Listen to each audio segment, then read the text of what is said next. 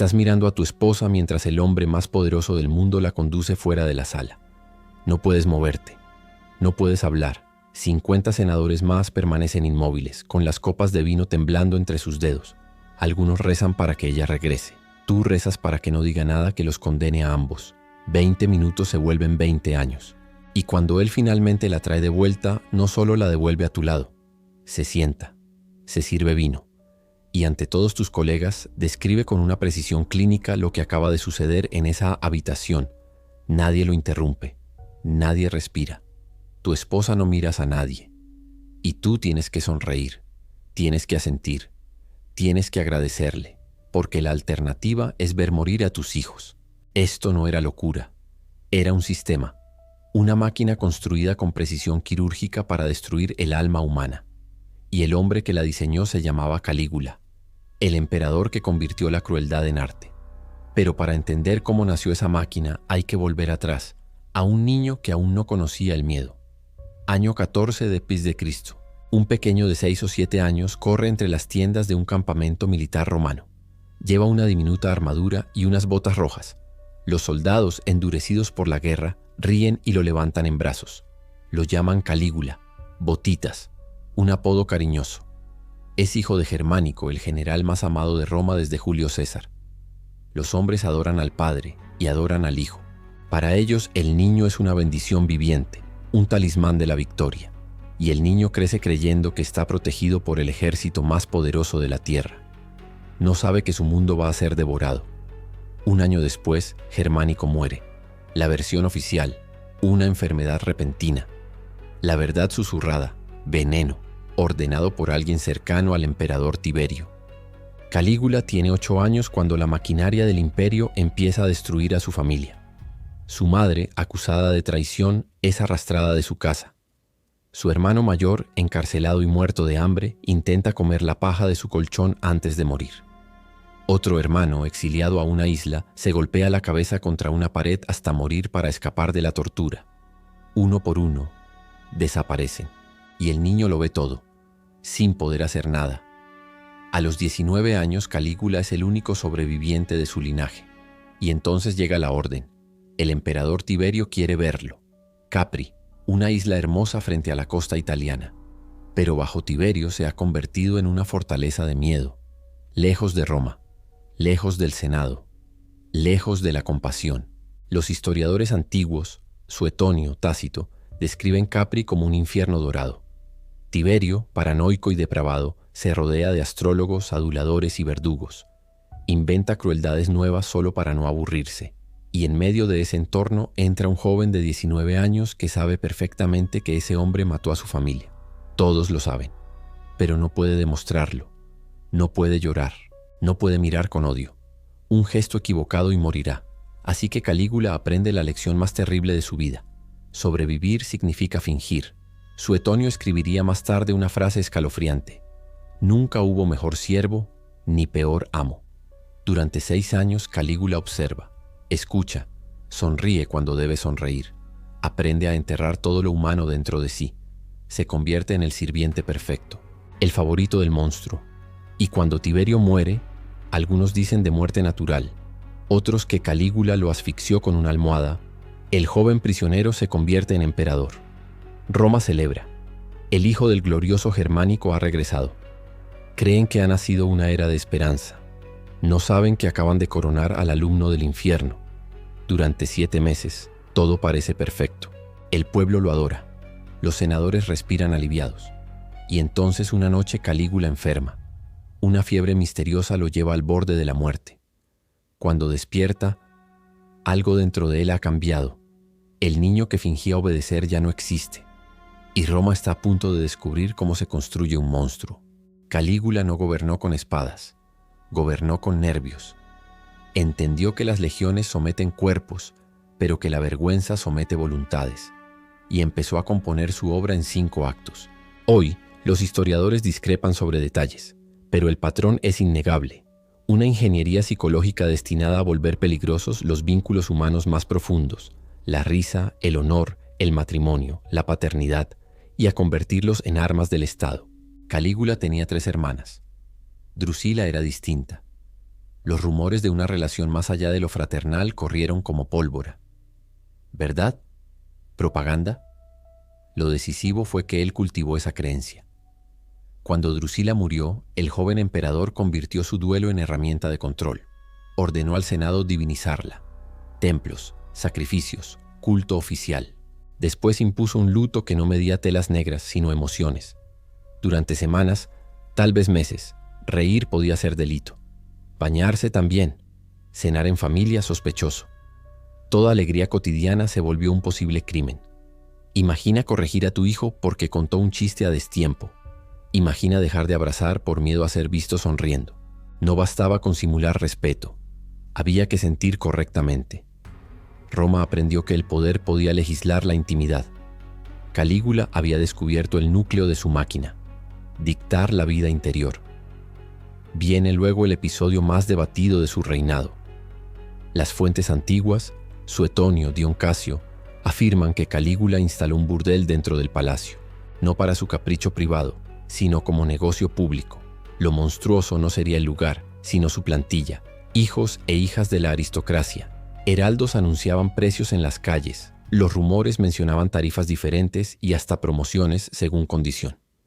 ¿Exageración hostil de cronistas posteriores? Tal vez. Lo que importa es el efecto. El honor senatorial, columna identitaria de Roma, era puesto a la venta. Y el detalle más frío: libros de registro, nombres, fechas, transacciones. La degradación reducida a contabilidad. Un padre podía sobrevivir a la pérdida de fortuna. No sobrevivía a ver su apellido convertido en mercancía. Incluso si el burdel fue amplificado por la leyenda, el mensaje quedó claro. La reputación, la única coraza de la élite, podía tasarse. El emperador fijaba el precio. Imagina la escena: banquete imperial, música baja, copas llenas, conversaciones frágiles. Los senadores han acudido con sus esposas porque el protocolo lo exige. Calígula se levanta, camina entre mesas, no saluda, evalúa, se detiene, observa a una mujer como quien examina un caballo antes de comprarlo. Toma su mano, la conduce a una sala contigua. Nadie se levanta, nadie respira. La lógica es simple: si te opones, muere tu casa entera. Si callas, sobrevives. Tal vez. Minutos que se hacen piedra. La mujer regresa, se sienta, no mira a su marido, y entonces el emperador se sienta también. En voz llana, casi administrativa, comenta lo ocurrido, compara, puntúa, ironiza. El marido asiente, ríe cuando corresponde, finge normalidad frente a sus iguales. Su autoridad, proteger, preservar el honor del hogar, queda triturada ante testigos obligados.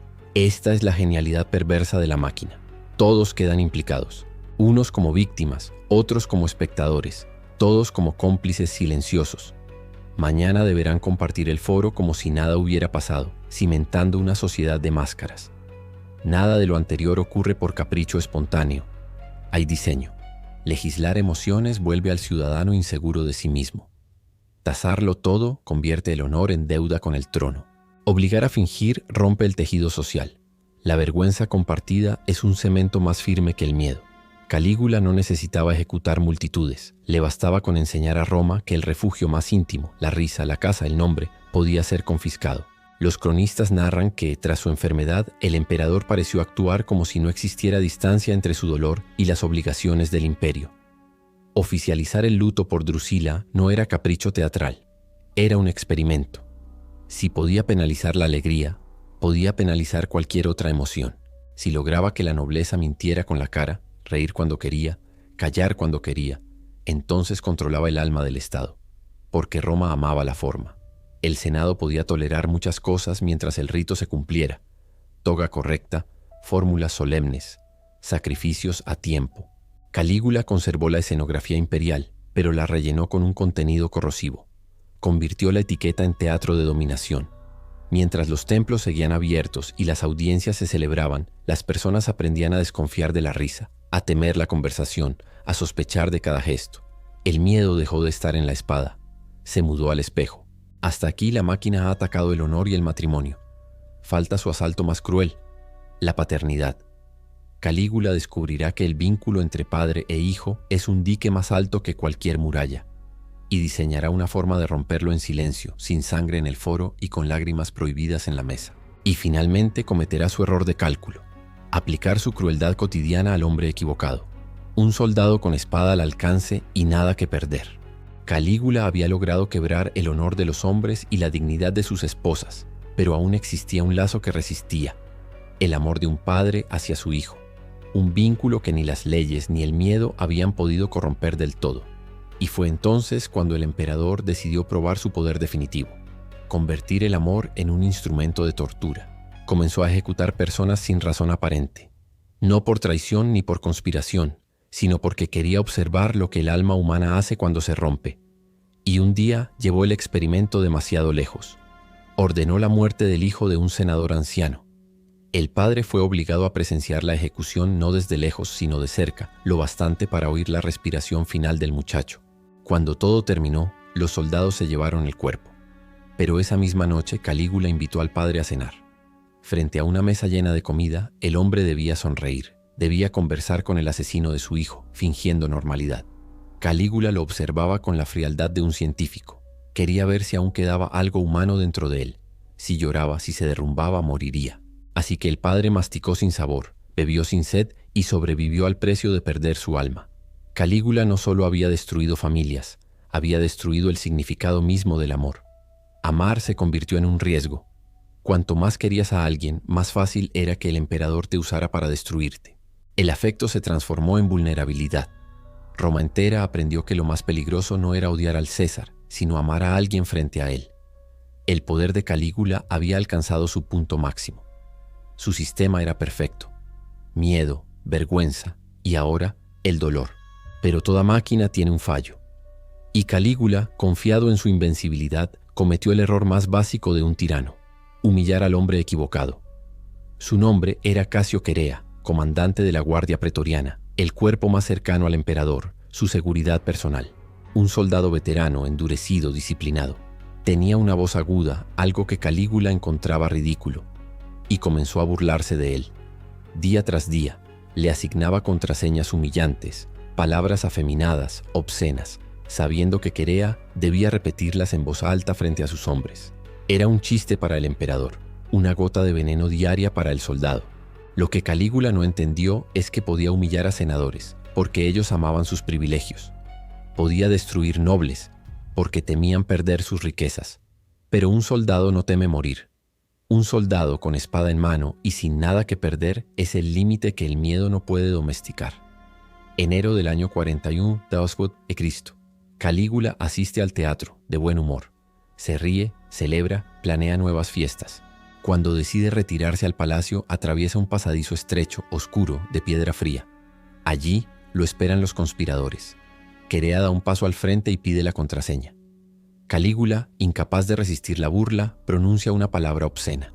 Sonríe, y esa sonrisa es lo último que hace. Querea levanta su espada y la clava bajo sus costillas. Otros se unen. 30 golpes, 30 puñaladas. No paran hasta asegurarse de que el cuerpo no respira. En menos de un minuto, el imperio sin límites pierde a su amo. Pero la sangre no sacia la máquina, la hace rugir. Los asesinos matan también a su esposa Cesonia y a su pequeña hija, Julia Drusila.